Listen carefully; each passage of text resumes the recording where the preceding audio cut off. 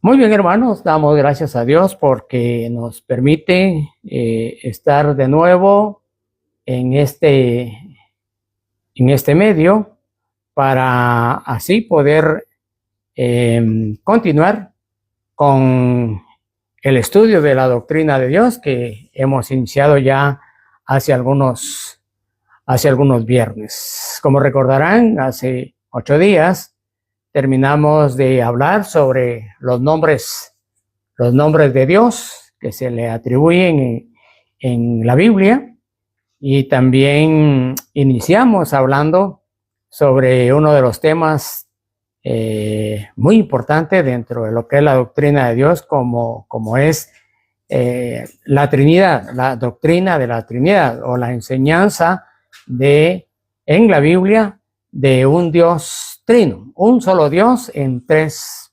personas, coeternos y coexistente.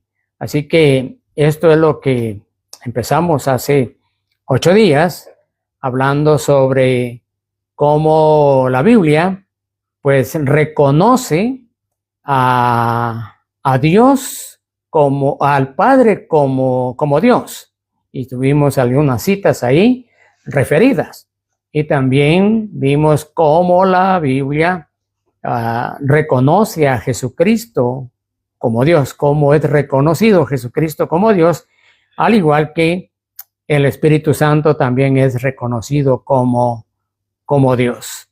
Y vamos a hablar ahora sobre algunas pruebas de este tema, de esta enseñanza de la Biblia, de la Trinidad.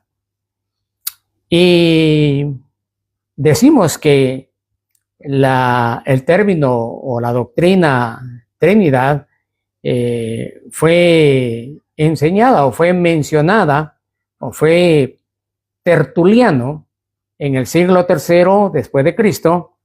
Tertuliano, uno de los teólogos conocido a través de la historia como uno de los padres de la fe cristiana. Fue él quien utilizó el término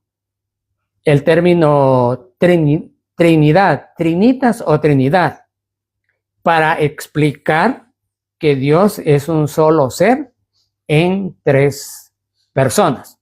Por supuesto que la enseñanza de la Trinidad, pues ya prácticamente el mismo Señor Jesús la había enseñado, como también Pablo menciona el concepto de Trinidad. Pero fue Tertuliano quien prácticamente, podemos decir, puso el nombre Trinidad a esta enseñanza.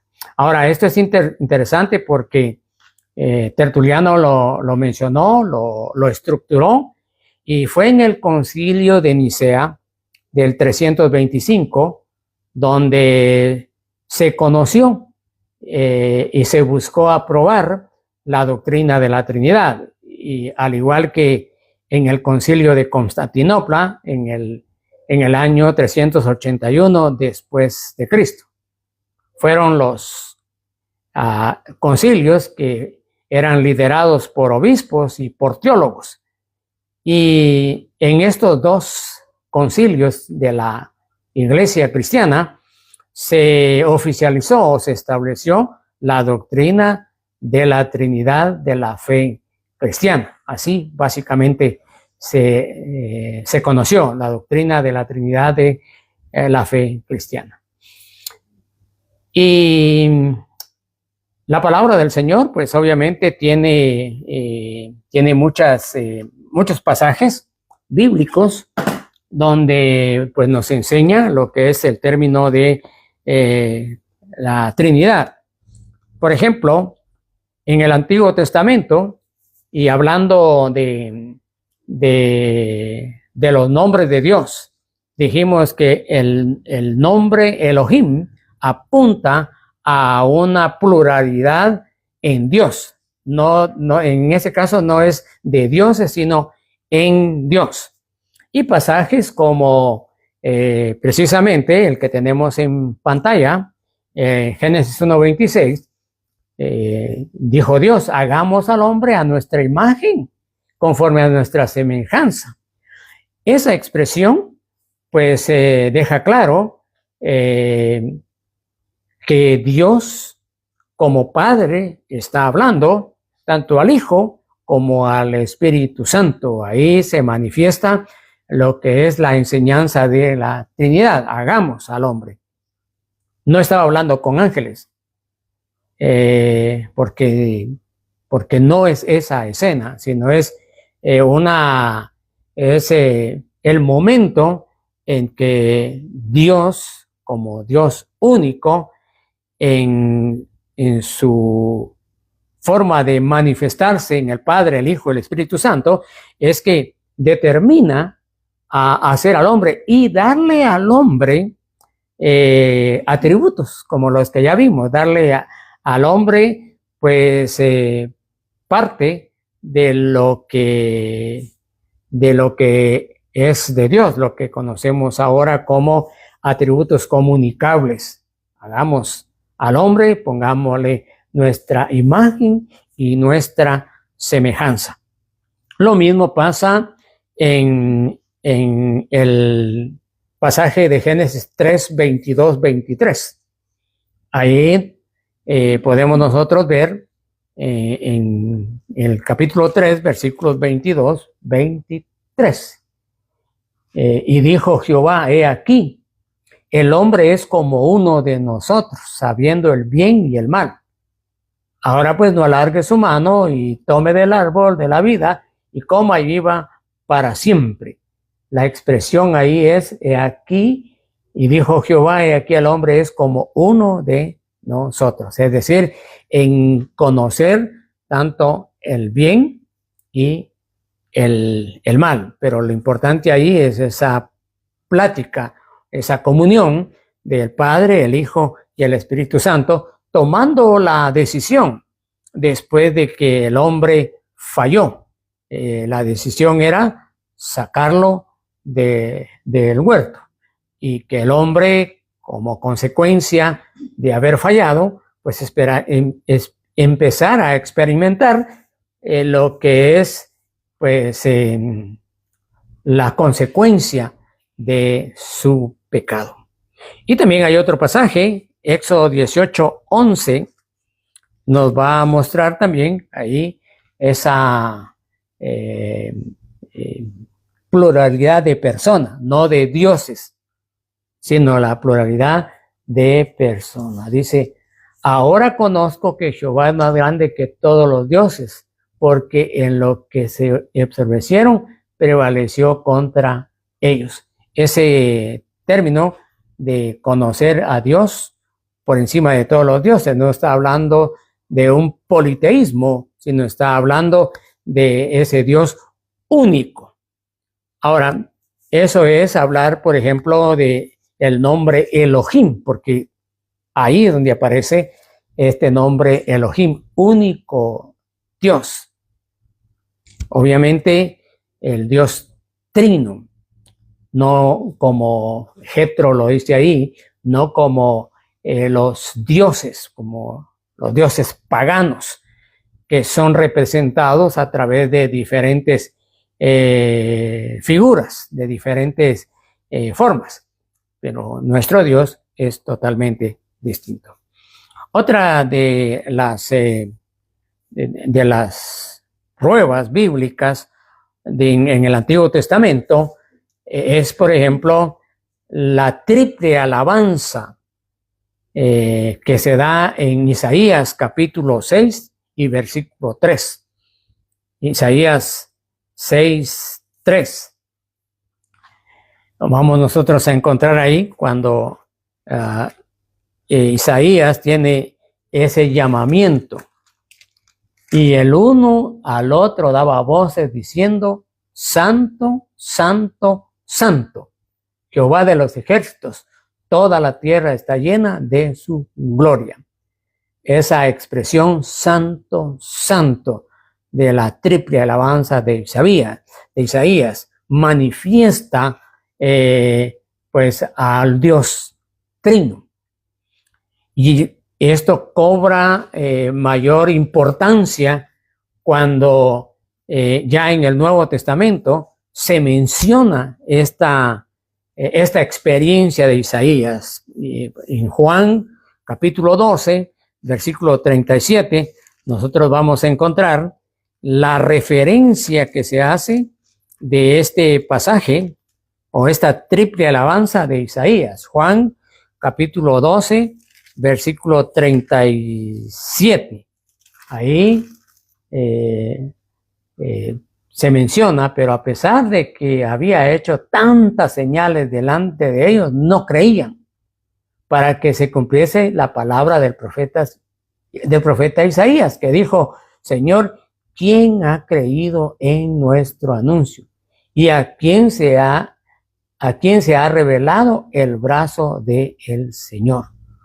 Por esto no podían creer, porque también dijo Isaías: cegó los ojos de ellos y endureció su corazón, para que no vean con los ojos y entiendan con el corazón.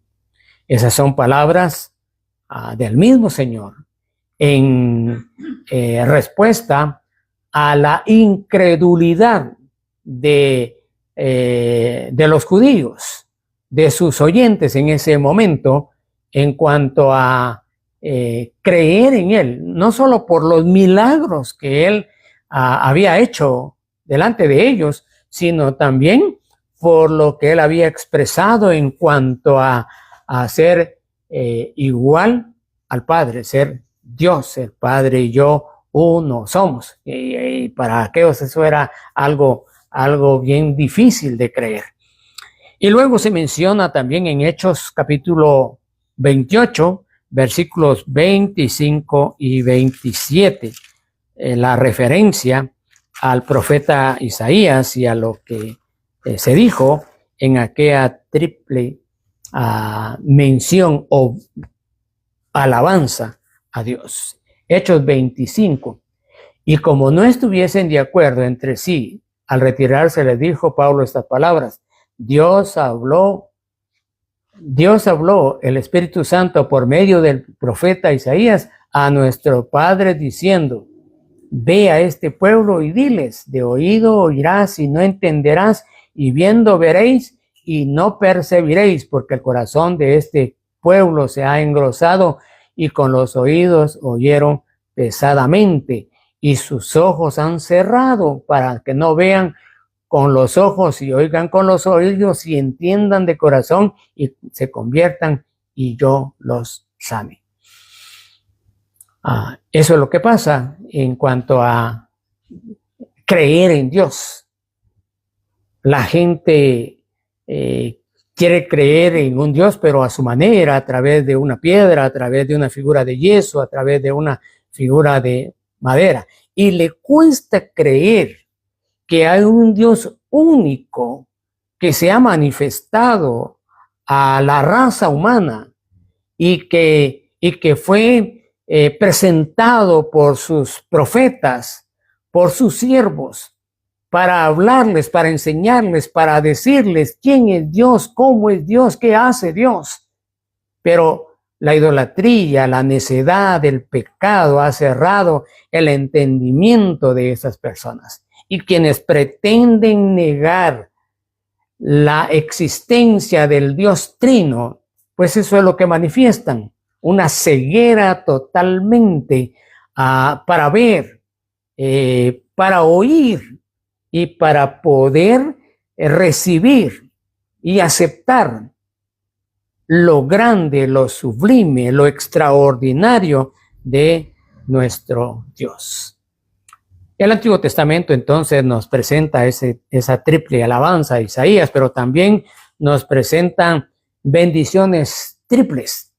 Ahí, bendiciones triples. Ahí, por ejemplo, en Génesis 48, 15, 16, la bendición de Jacob, y Jacob va a mencionar en una bendición muy especial, donde va a mostrar, y dice ahí: bendijo a José diciendo: el Dios en cuya presencia estoy, en cuya presencia anduvieron mis padres, Abraham e Isaac, el Dios que me mantiene desde que yo soy hasta el día. Es la segunda vez que va mencionando a Dios. El ángel que me liberta de todo mal. Esas bendiciones triples de Jacob manifiestan a ese Dios de la historia, a ese Dios creador, a ese Dios trino. Otra referencia aparece en número 6, 24, 27. A veces la máquina nos da problemas y nos confunden. Número 6, 24. Jehová te bendiga y te guarde. Jehová haga resplandecer su rostro sobre ti y tenga de ti misericordia. Jehová alcance sobre ti su rostro y ponga en ti paz. Y pondrán mi nombre sobre los hijos de Israel y yo los bendeciré. En esta expresión vemos a una triple bendición. Jehová te bendiga y te guarde. Jehová haga resplandecer su rostro sobre ti y Jehová hace sobre ti su rostro. Manifiesta a ese Dios trino. También en el Antiguo Testamento nosotros vamos a encontrar la distinción entre Jehová y Jehová. El Salmo 45, 6 y 7. Vamos a ver, Salmo 45, 6 y 7. Vamos a encontrar ahí: tu trono, oh Dios eterno, y para siempre centro de justicia es el centro de tu reino. Has amado la justicia y aborreces la maldad, por tanto te ungió Dios, el Dios tuyo. Es la mención y la diferencia o la distinción entre Jehová y Jehová, entre el ungido, te ungió Dios, y el Dios tuyo. Tenemos también la referencia en el Salmo 110:1 para hablar de esa distinción de Dios que hace el salmista. Salmo 110:1. Jehová dijo a mi Señor: siéntate a mi diestra hasta que ponga a tu enemigo por estrado de tus pies. Salmo mesiánico. Jehová dijo a mi Señor: siéntate a mi diestra. Hay una distinción entre Jehová y Señor, una referencia al Dios Padre y al Dios Hijo. Eso también es en cuanto a la evidencia de la deidad en el Hijo y también la evidencia de la deidad del Espíritu Santo. Tenemos la referencia en el Salmo 2 y versículo 7 para hacer esa para dar esa enseñanza en cuanto a la deidad del Hijo. Dice: yo publicaré el decreto. Jehová me ha dicho: mi hijo eres tú, yo te engendré hoy. Este es otro de los salmos mesiánicos que lo que hacen es mostrar o enseñar la deidad del Hijo, Padre y el Hijo. Citas también como Isaías 9:6 nos van a mostrar esa deidad del Padre y de el Hijo. Porque un niño nos es nacido, hijo nos es dado, el principado sobre su hombro, y se llamará su nombre admirable consejero, Dios fuerte, Padre eterno, príncipe de paz. Evidencias de la enseñanza trinitaria, un Dios trino, y que en estos pasajes muestran la deidad de el Hijo. Pero también la Biblia va a enseñarnos la deidad del Espíritu Santo. Por ejemplo, si leemos en Génesis capítulo 1, versículo 2, vamos a encontrar ahí esta expresión.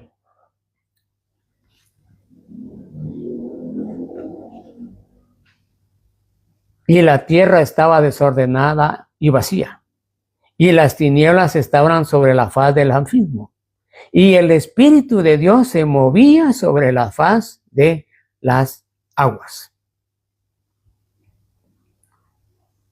Nos está dando la evidencia, la certeza de esa deidad del Espíritu Santo, de esa manera de la manifestación divina, Dios mismo, en el principio de todo. Y nos muestra y nos enseña que ahí el Espíritu de Dios se movía sobre la faz de las aguas. Evidencia de la deidad del Espíritu Santo. Luego vamos a leer esto también en el capítulo 6 y versículo 3 de Génesis. Otra referencia a la deidad del Espíritu Santo. Y Jehová dijo: no contenderá mi espíritu con el hombre para siempre, porque ciertamente él es carne, mas serán sus días 120 años.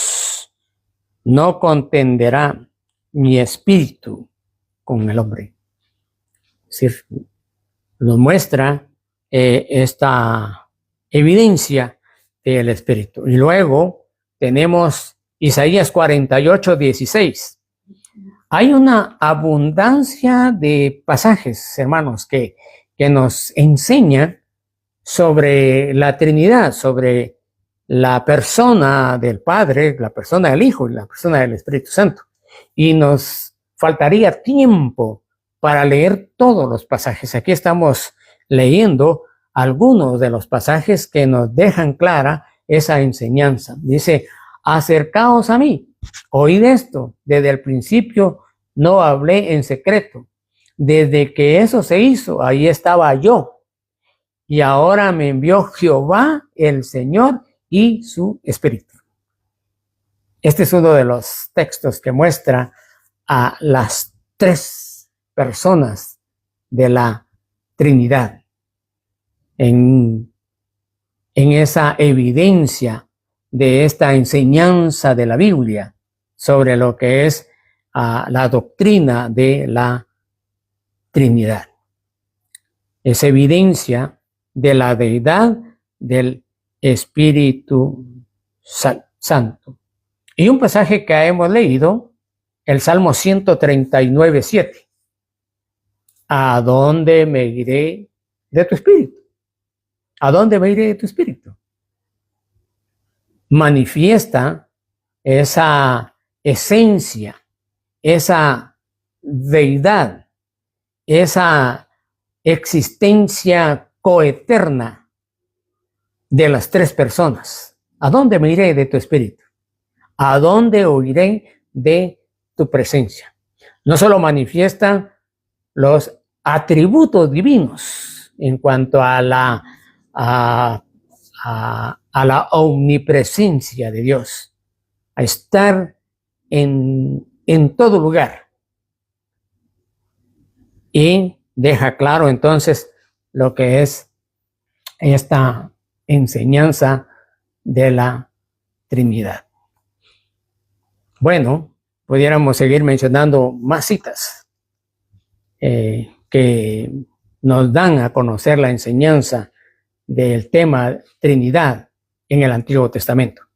Pero cuando hablamos del Nuevo Testamento, por lo menos vamos a mencionar aquí tres citas importantísimas de cómo es que se da la mención o la enseñanza de este concepto de Trinidad. Mateo 3:16. ¿Usted recuerda qué es lo que está pasando en Mateo 3:16? En la narrativa de los acontecimientos del ministerio de Jesús. Dice, y Jesús, después que fue bautizado, subió luego del agua. Y he aquí, los cielos fueron abiertos. Y vio al Espíritu de Dios, que descendía como paloma y venía sobre él. Y vea lo importante del versículo 17. Y hubo una voz de los cielos que decía, este es mi Hijo amado, en quien tengo complacencia. El Dios Trino manifestado en la persona del Espíritu Santo, como descrito ahí como paloma, no que era una paloma, sino como paloma. Se usa una figura literaria. Pero esto es importante porque fue algo evidente en cuanto a que los cielos fueron abiertos y el Espíritu de Dios descendió en la persona del Hijo, en la persona de Jesucristo, del Dios encarnado en la segunda persona de la deidad, encarnado en la persona de Jesús. Y luego se oye esa voz. Este es mi Hijo amado, en quien tengo complacencia. Aunque algunas filosofías, algunas teologías retorcidas han querido negar el tema, la enseñanza de la Trinidad, este es uno de los textos irrefutables que se mencionan en cuanto a lo que ocurre en el momento en que Jesús fue bautizado. Y vamos a encontrar también otro de los textos, siempre en Mateo 28:19. Las palabras del mismo Señor Jesucristo,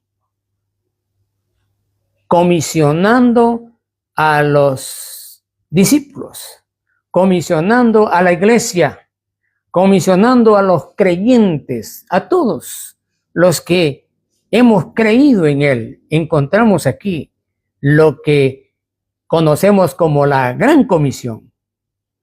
Y en esa promesa de estar con nosotros todos los días hasta el fin del mundo, manda a los creyentes, primeramente a sus discípulos, a sus apóstoles, a los primeros creyentes, y se aplica también a nosotros, y dice, por tanto, id y haced discípulos a todas las naciones, bautizándolos en el nombre del Padre, del Hijo y del Espíritu Santo. Por eso es que cuando bautizamos a una persona, es necesariamente imperativo que se haga en el nombre del Padre, del Hijo y del Espíritu Santo. En el nombre de este Dios trino, ese Dios eterno, ese Dios soberano, ese Dios creador, ese Dios que nos ha salvado. Estamos casi terminando este tema de Trinidad y luego vamos a entrar a los decretos de Dios y ahí vamos a ver cómo es que este Dios decreta la salvación para el que cree.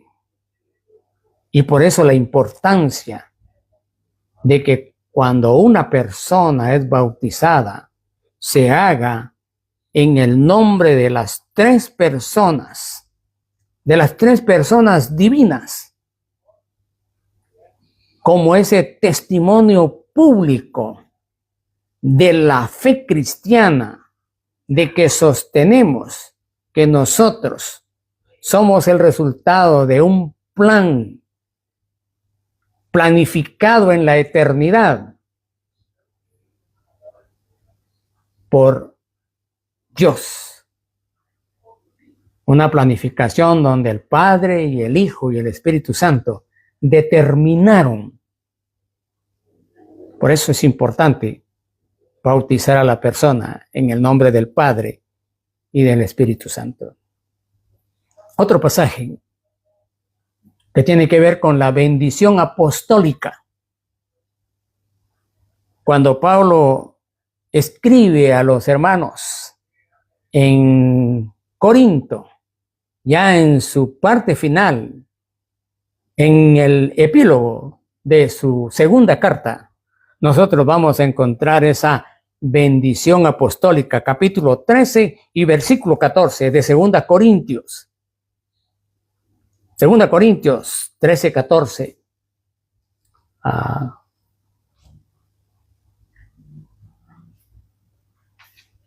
2 Corintios 13, 14.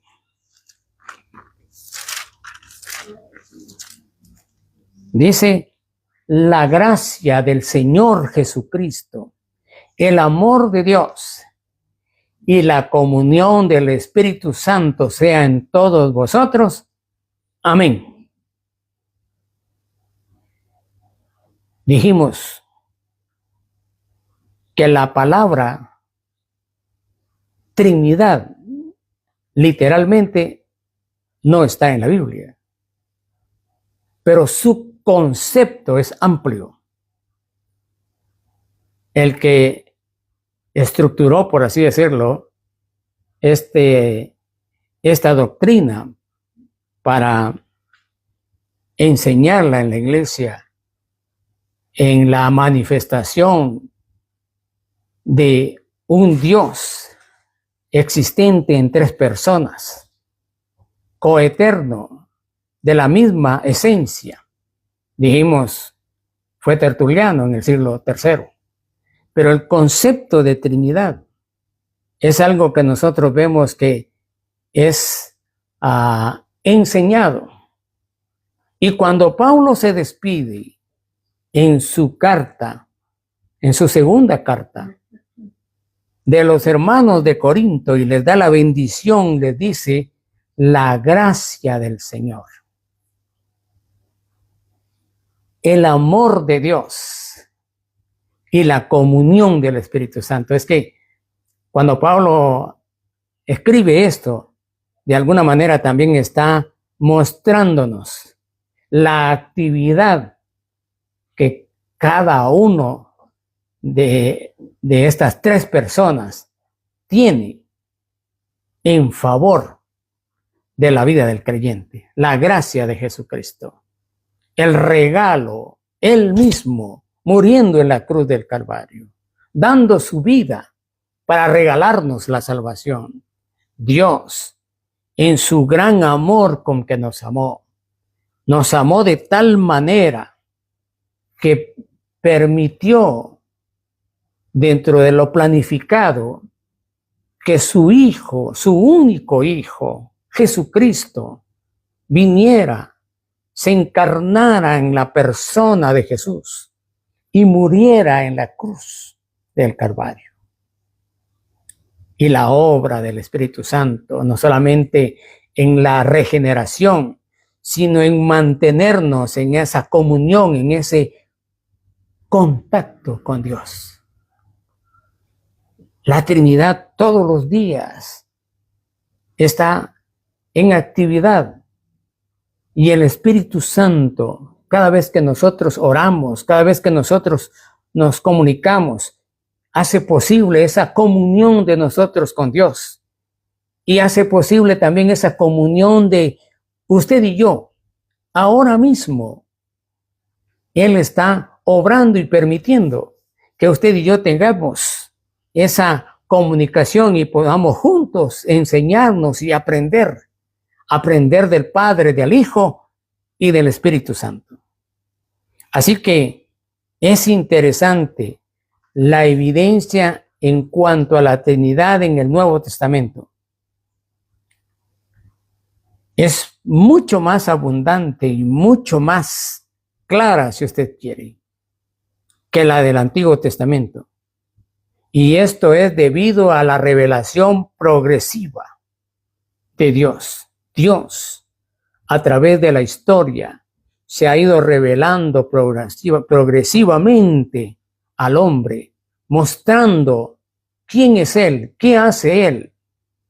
Por eso cuando el escritor de Hebreos inicia su carta, dice que Dios nos ha hablado en otros tiempos de diferentes maneras, pero ahora nos habla a través de su Espíritu Santo. El argumento para probar la Trinidad,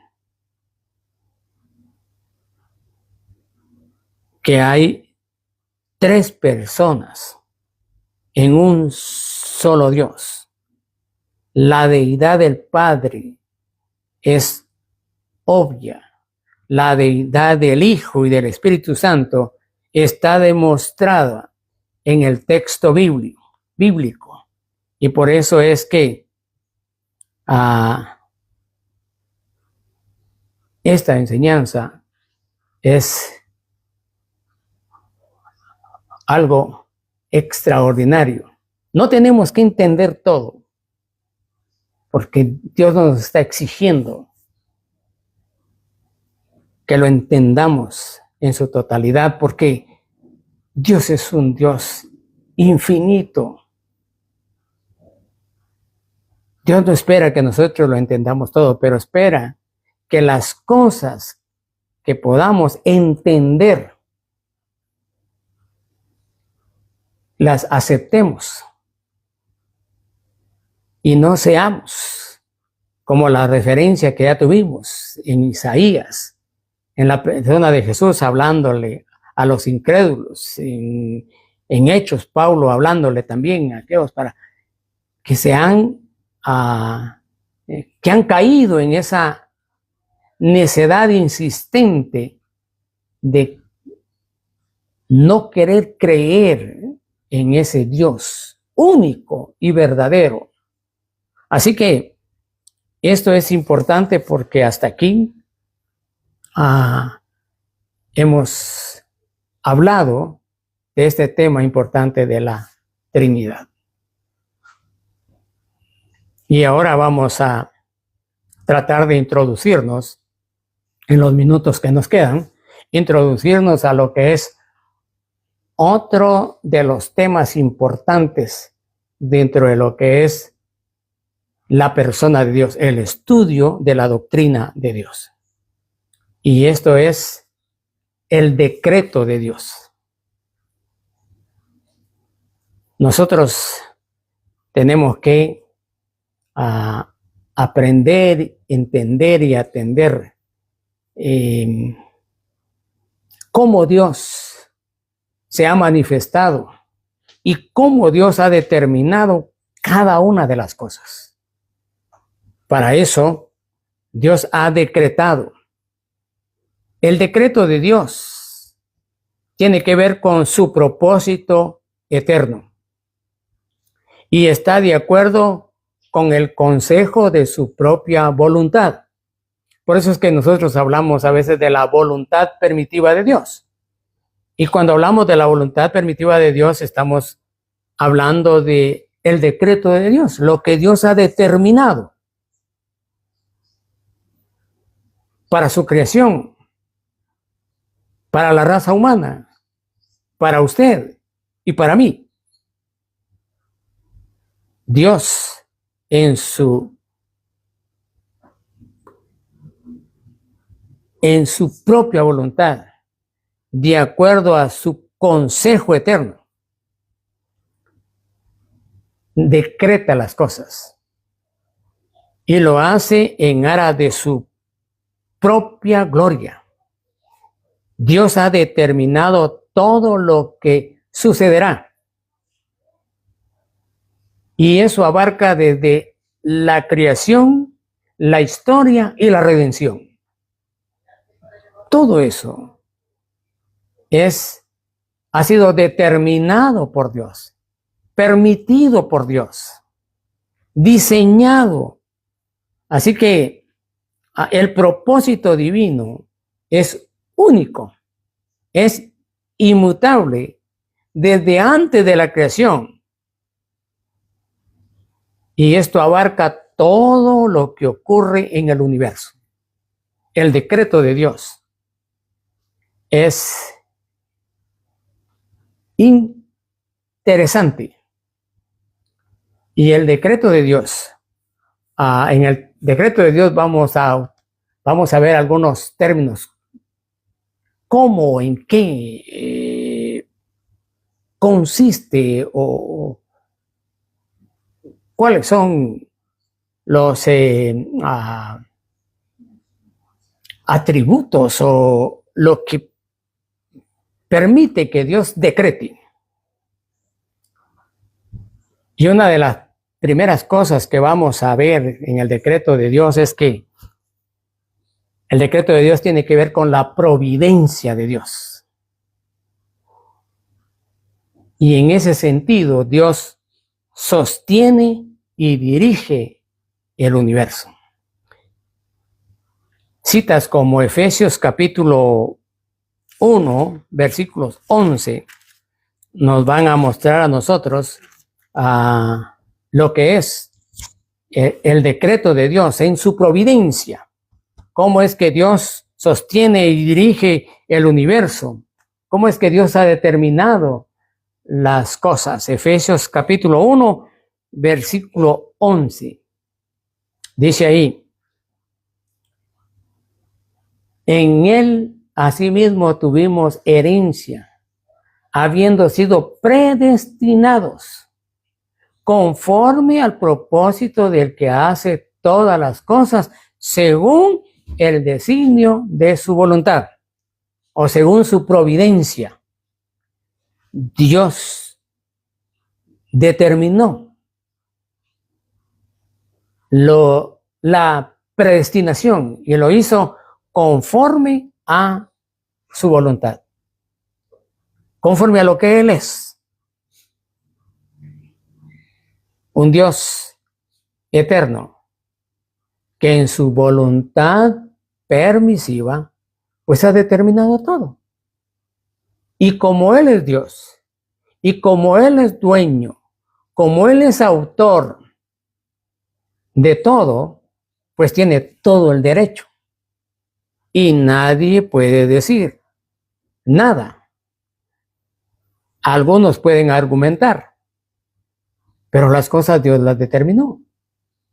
Así que eso es interesante porque en su omnisciencia, que ese es otro de los atributos que entran en el decreto de Dios.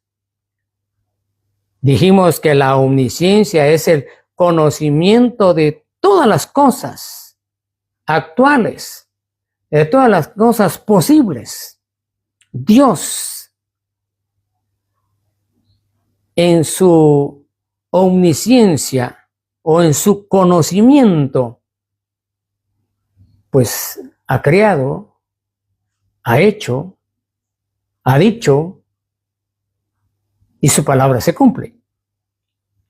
El Salmo 147:5 nos muestra a nosotros ese conocimiento de Dios, la omnisciencia de Dios, para determinar las cosas. El Salmo 147, versículo 5, dice: grande es el Señor nuestro, y de mucho poder, y su entendimiento es infinito.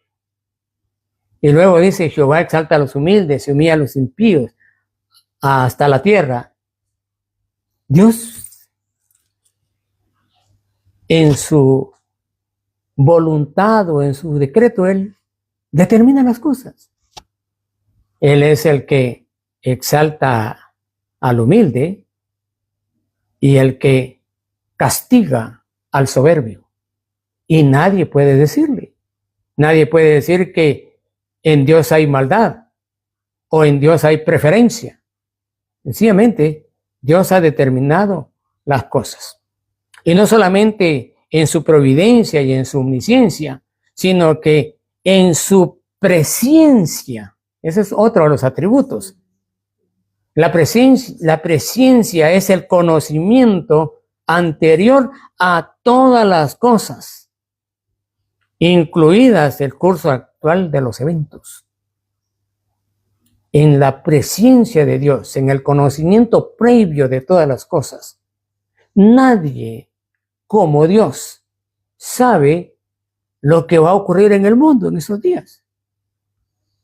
Si se habla, por ejemplo, de un terremoto, puede haber un terremoto en cualquier parte del mundo. Pero eso, Dios es el que lo sabe y lo determina también en su decreto, en su presciencia, en su conocimiento anterior de todas las cosas. Antes de todas las cosas, dice la palabra, Dios nos amó. Antes de conocernos, Dios nos amó. Y nosotros le amamos porque Él nos amó primero. Pero es interesante porque esto tiene que ver con el decreto de Dios. Si leemos nosotros Primera de Pedro, capítulo 1 y versículo 2, cuando Pedro le escribe a los hermanos de la diáspora, a los perseguidos por la causa de Jesucristo, leo del versículo 1, dice: Pedro, apóstol de Jesucristo, a los expatriados de la dispersión en el Ponto, Galacia, Capadocia, Asia y Bitinia, elegidos según la presciencia de Dios Padre en santificación del Espíritu Santo, para obedecer y ser rociados con la sangre de Jesucristo, gracia y paz, o sea, multiplicadas. Si quiere otro pasaje trinitario, pues ahí está. Se menciona a las 3 personas de la Trinidad y cada una en su atribución. Dios eligiendo, el Espíritu santificando y Jesucristo haciendo esa obra maravillosa de rociarnos o cubrirnos con su sangre poderosa para librarnos, para limpiarnos de toda maldad, de todo pecado.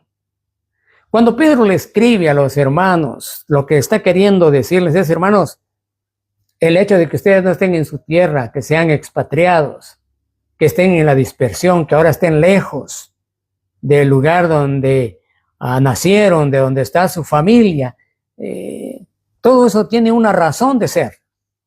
Ustedes son elegidos.